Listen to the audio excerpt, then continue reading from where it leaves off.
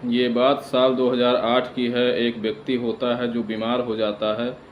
उसके बाद जब वो हॉस्पिटल जाता है तो डॉक्टर चेकअप करने के बाद उसको बोलते हैं कि तुम्हें ब्लड की कमी हो गई है, ब्लड चढ़ाना पड़ेगा तुम्हें।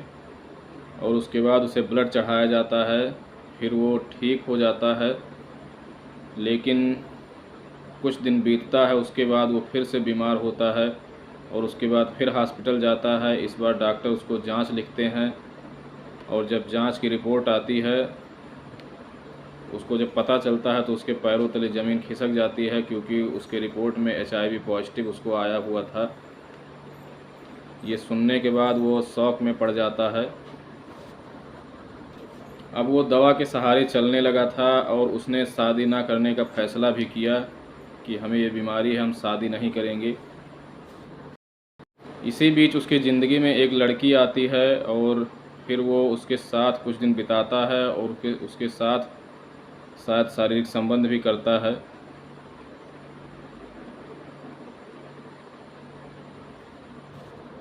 इसी बीच एक ऐसी खबर सोशल मीडिया पर फैलने लगती है जिसको सुनने के बाद आपके होश उड़ जाएंगे, आपके पैरों तले ज़मीन खिसक जाएगी।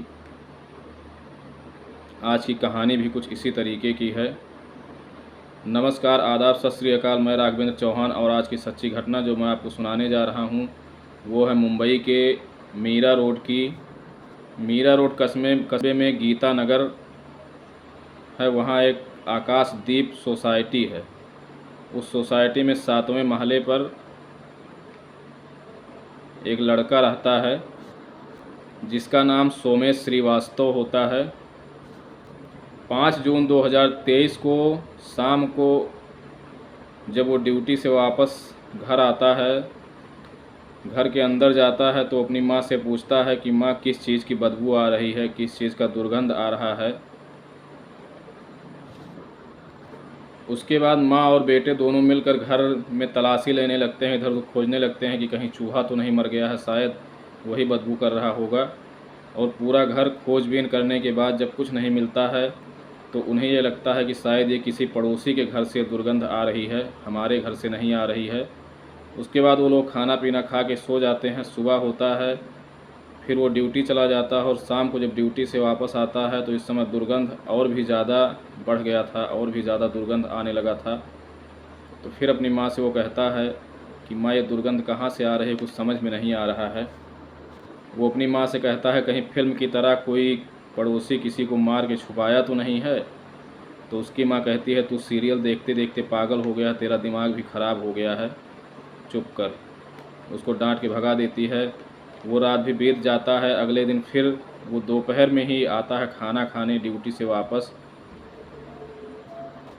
तो दुर्गंध और भी ज़्यादा बढ़ गया था। इसके बाद वो अपनी माँ से कहता है, माँ, तुम जाके पड़ोसी से कहो कि तुम्हारे घर में शायद चूहा मर गया है, उसको देखें, दुर्गंध बहुत ज़्यादा आ रहा है। तो उसकी माँ कहती है, तू जा और पड़ोसी से बोल के आ। वो जाता है पड़ोसी के घर पे और बेल बजाता है तो घर के अंदर से कोई बाहर नहीं आता है। कुछ समय खड़ा रहता है, लेकिन घर के अंदर से कुकर की सीटी की आवाज़ आ रही थी। उसके बाद फिर से बेल बजाता है, लेकिन फिर भी कोई बाहर नहीं आता है। कुछ देर इंतज़ार करने के बाद वहाँ से जब अपने घर के लिए निकलता है, इसी बीच उस घर का दरवाज़ा खुलता है और वहाँ से एक आदमी बाहर निकलता है। फिर ये लड़का वापस दौड़ के उसके पास जाता है और कहता है, अंकल, क्या आपके घर में चूहा मरा हुआ है? बहुत सारी दुर्गंध आ रही है, बहुत ख़राब दुर्गंध आ रही है, 2 दिन से मैं परेशान हो गया हूँ। तो वो आदमी कहता है कि मैं अभी ड्यूटी जा रहा हूँ, शाम को वापस घर आऊँगा, उसके बाद देखूँगा। और वो वहाँ से निकल जाता है। ये लड़का घर पे जाता है, उसके बाद सोसाइटी के सेक्रेटरी को और चेयरमैन को फ़ोन करके ये बताता है कि ऐसी ऐसी बात है। सेक्रेटरी भी आते हैं, चेयरमैन भी आते हैं, तो उनको भी दुर्गंध आता है बहुत बुरा। फिर वो लोग पुलिस को फ़ोन करते हैं और जब पुलिस आती है तो पुलिस को भी ये दुर्गंध मिलता है। अब पता चलता है कि वहाँ 2 व्यक्ति, एक औरत और एक आदमी उस कमरे में रहते थे, लेकिन वो आदमी ताला लगा के ड्यूटी पे गया हुआ था। इसके बाद पुलिस अपना कार्रवाई शुरू करते हुए ताला तोड़ती है और जब घर के अंदर प्रवेश करती है तो सबसे पहले उसको एक कटर मशीन मिलता है। जिससे कि लकड़ी कुड़ी काटा जाता है। उसके बाद जब वो बेडरूम में जाते हैं तो वहाँ ब्लैक पॉलीथीन था जो खाली पड़ा हुआ था। दुर्गंध आ रहा था लेकिन उनको समझ में नहीं आ रहा था कि कहाँ से दुर्गंध आ रहा है। और उसके बाद ये लोग बाथरूम में जाते हैं। बाथरूम भी एकदम साफ़ क्लीन पड़ा हुआ था, यानी पूरा घर साफ़ पड़ा हुआ था। फिर ये लोग किचन की तरफ जाते हैं। किचन में देखने के बाद इनके होश उड़ने लगते हैं धीरे धीरे, क्योंकि वहाँ पे 3 बाल्टियाँ रखी हुई थी जिनमें खून और मांस के लोथड़े खून से लथपथ भरे हुए थे तीनों बाल्टियों में। उसके बाद बगल में एक कुकर था। कुकर भी एक व्यक्ति खोलता है, उसमें भी वही मीट उसमें भी शायद पक रहा था। अब ये लोग जब वहाँ आसपास और खोजने लगते हैं तो वहाँ पे एक जांघ का टुकड़ा मिलता है और एक बाल की चोटी मिलती है। इससे इनको धीरे धीरे ये शक कन्फर्म होने लगता है कि शायद किसी लड़की की हत्या की गई है, यहाँ पे किसी औरत की हत्या की गई है। और पुलिस कहती है कि अभी उसके पास कोई फ़ोन नहीं करेगा, हम लोग यहाँ पे इंतज़ार करते हैं, उसको शाम को आने दो, उसके बाद उसको यहीं पे पकड़ के उससे पूछताछ किया जाएगा। इसके पहले कोई फ़ोन नहीं करेगा उसके पास। और ये लोग वहीं घात लगा के बैठे रहते हैं। शाम होता है, वो आदमी आता है, लिफ्ट से ऊपर आता है। जैसे ही अपने दरवाजे गेट के पास पहुंचता है, देखता है ताला टूटा हुआ है और वहां पे पुलिस को देख के ये भागने लगता है, लेकिन उसी समय पुलिस इसको पकड़ लेती है। पुलिस जब इससे नाम पूछती है तो अपना नाम बताता है, मनोज रमेश सामे इसका नाम होता है, जो एक किराने की दुकान पर 5,000 रुपये की नौकरी करता था, नौकरी कर रहा होता है। तभी कुछ लोग इस खबर को सोशल मीडिया के माध्यम से वायरल कर देते हैं और जो भी लोग देखते हैं वो यही जानना चाहते हैं कि ये हत्या क्यों हुई है, कौन थी ये लड़की, ये आदमी कौन था, इसका हत्या क्यों किया गया है, यही सब लोग जानना चाहते थे। पता चलता है कि 56 साल के एक व्यक्ति का 30 साल की एक लड़की जिसका नाम सरस्वती वैद होता है उससे लिविंग रिलेशनशिप था और लगभग 3 साल से इसी फ्लैट के अंदर ये दोनों रह रहे थे। लोग जब और पता करने की कोशिश करते हैं तो पता चलता है कि ये आदमी इस लड़की को अनाथ आश्रम से अपनी लड़की बनाकर लेकर आया था, गोद लिया था। उसके बाद पुलिस जब इससे पूछताछ करती है तो ये बताता है कि मैंने इसकी हत्या नहीं की है।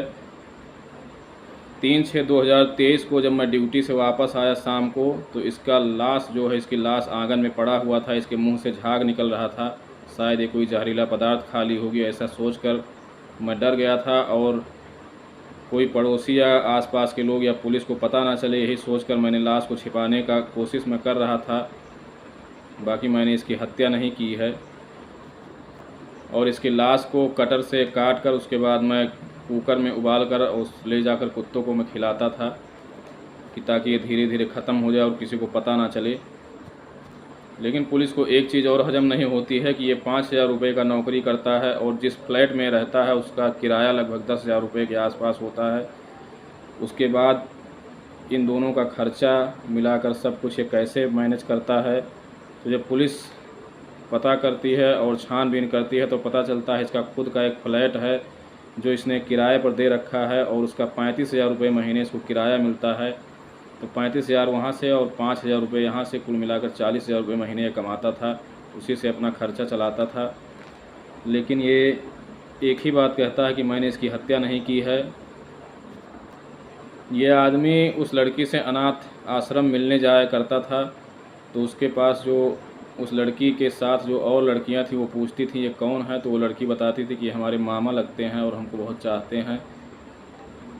उसको सामान वामान देने जाया करता था ये सब कुछ।